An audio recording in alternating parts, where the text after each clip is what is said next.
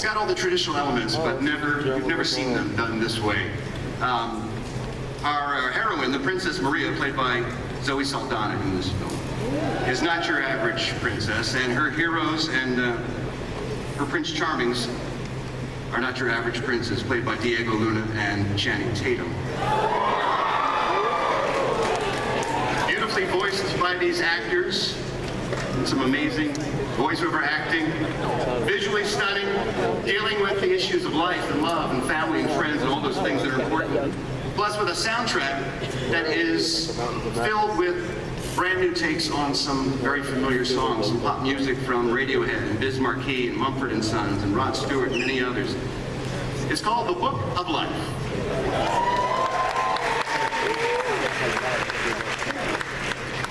Let's meet the creators and some of the cast of The Book of Life right now, starting with director Jorge Gutierrez.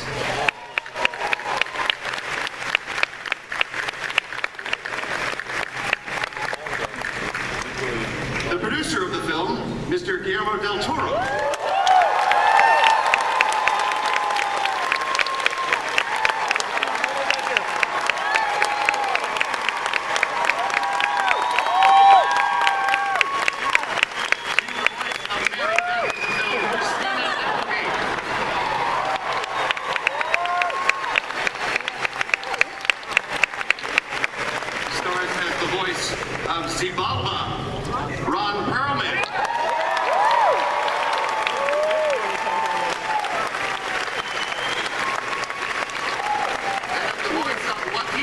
Mr. Channing Tatum.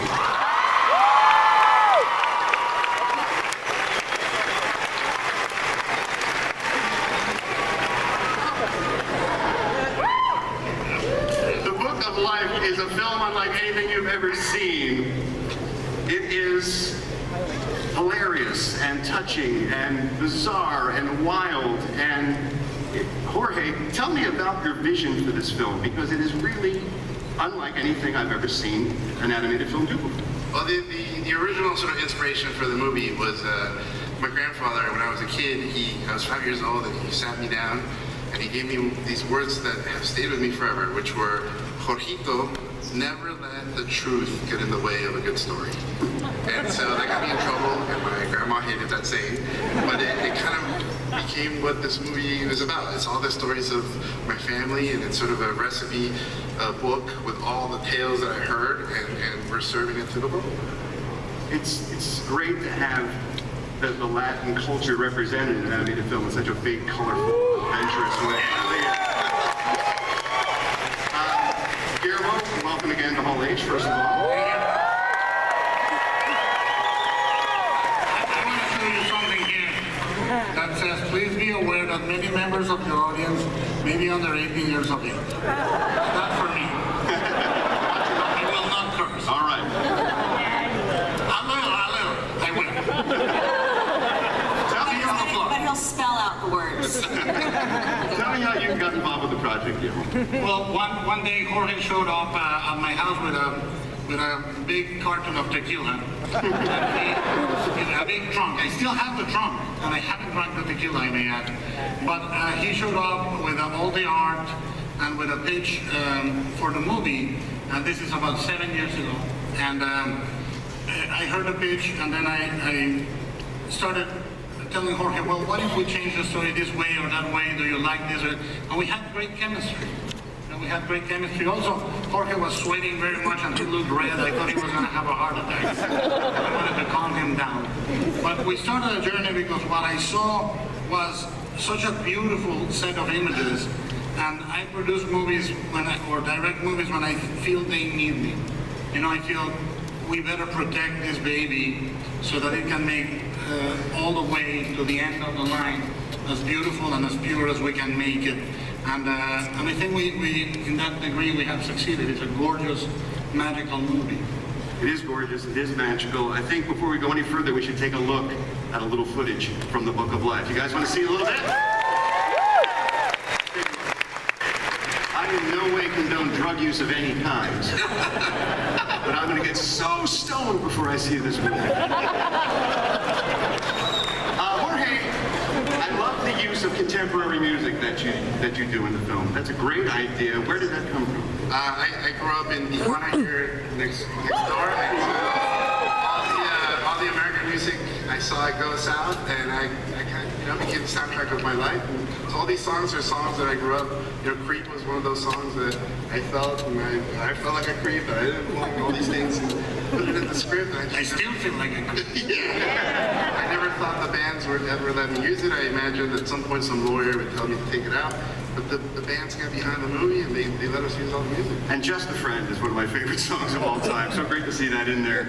And speaking of someone who lets you use his music, I think I saw Biz Markie back there, if I'm not mistaken. Hey, Biz, you want to come out?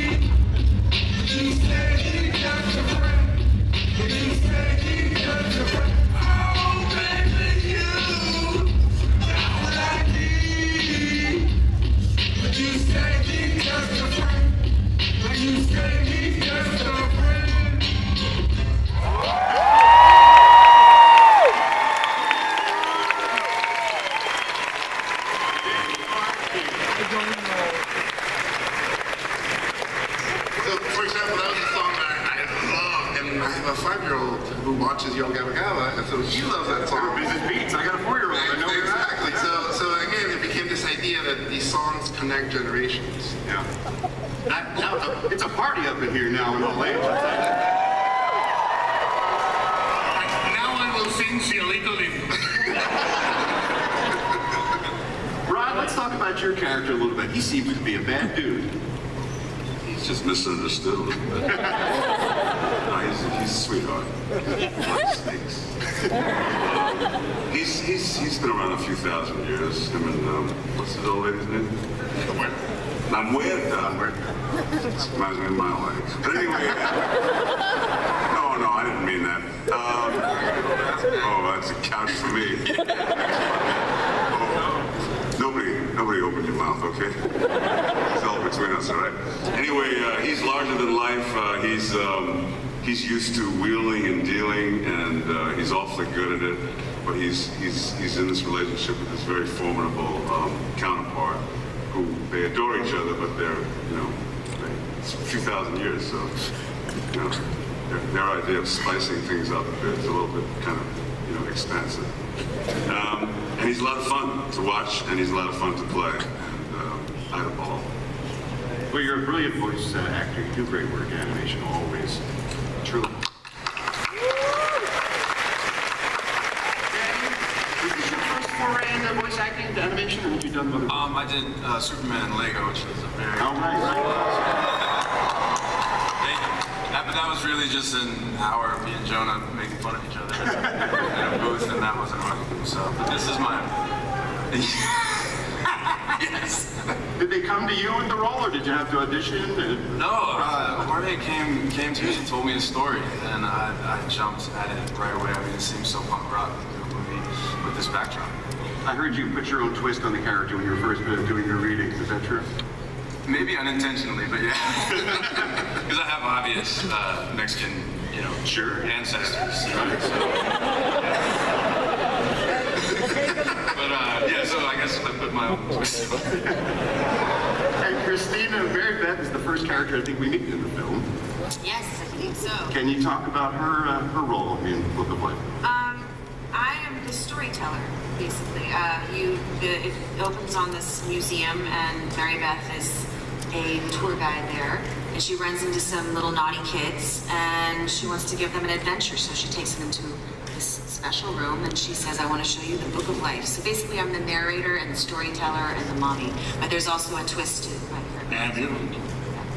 And she has a teeny tiny waist. I love you back. We have time for questions. Can we get a couple questions from the audience? Let's go to the microphone and see if we can squeeze in a couple questions from the crowd. I'm sure there's a lot you'd like to ask these guys up here.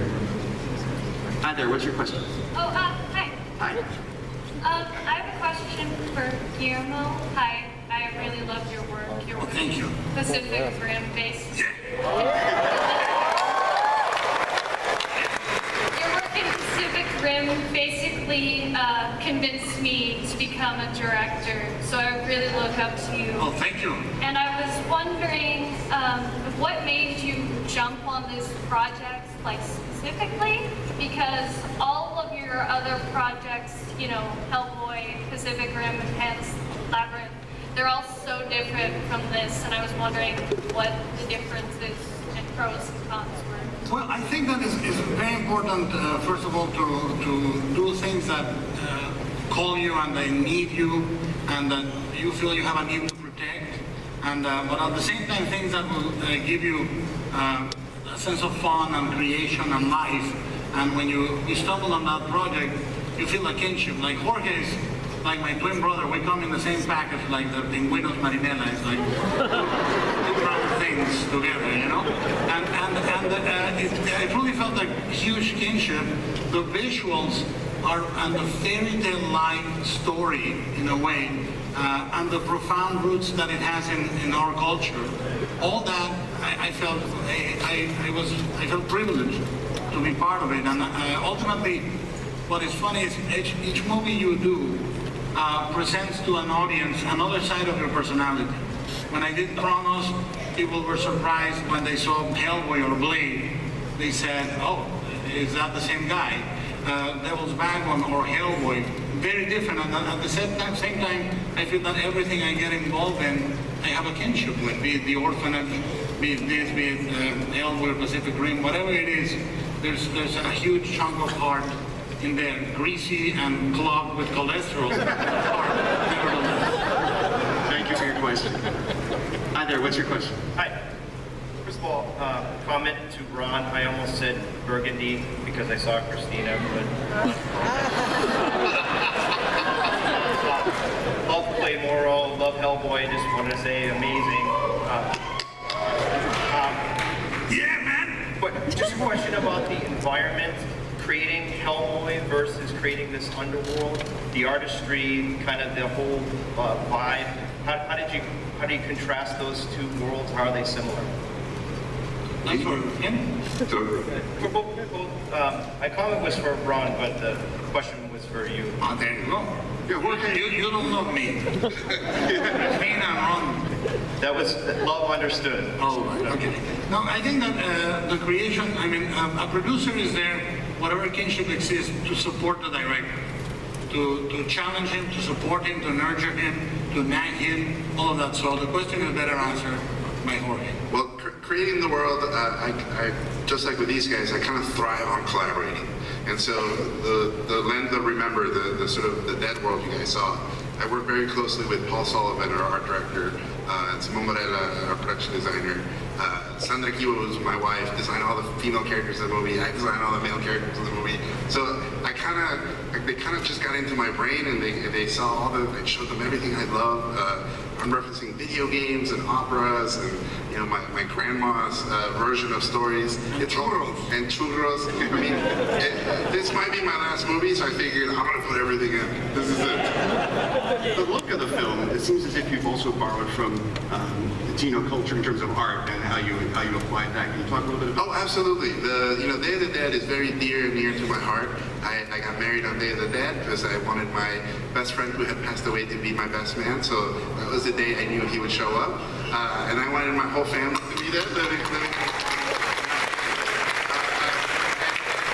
I really truly love folk art, and I love seeing the artisan's hands and the imperfections. I think that's what the dirt gives it flavor, is what I always say. And so the look of the movie is very much a love letter to those things. Day of the Dead is a very beautiful, beautiful, the iconography is everywhere. You see a skull with a sombrero, you know it's Day of the Dead. And as cool as, you know, low-bar culture and punk culture, all these things have borrowed from it, my favorite thing about it is what's underneath that. And it's the core belief of the holiday, which is, as long as we tell the stories of those who came before us, as long as we tell their jokes, as long as we sing their songs, as long as we cook their dishes, they're with us, and they're inside of us. And the moment we don't talk about them, they're gone. Viva Mexico, cabrones!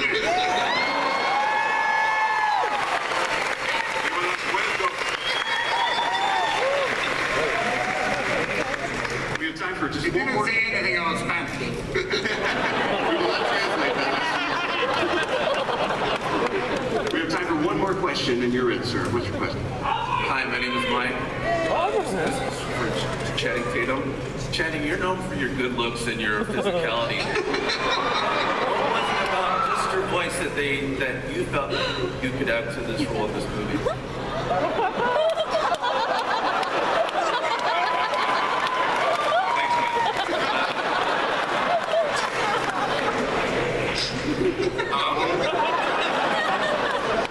They told me I was going to be able to have an amazing mustache in this movie. I really felt like my voice seems like it needs a mustache. That was it. You can hear it. You can hear the mustache in your voice. Yeah, it feels very supple and lush, doesn't it?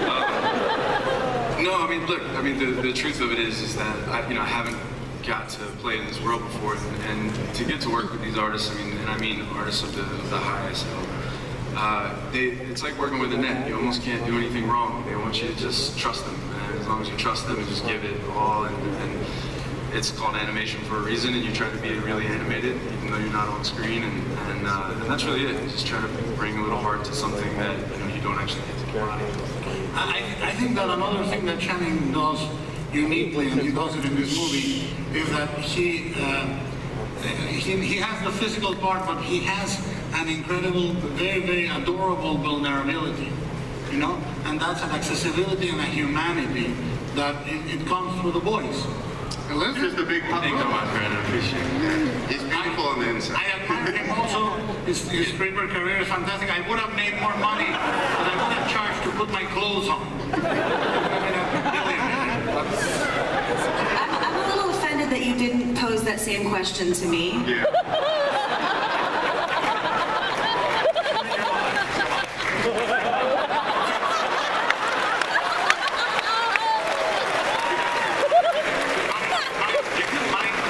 Take your hand out of your pocket when you...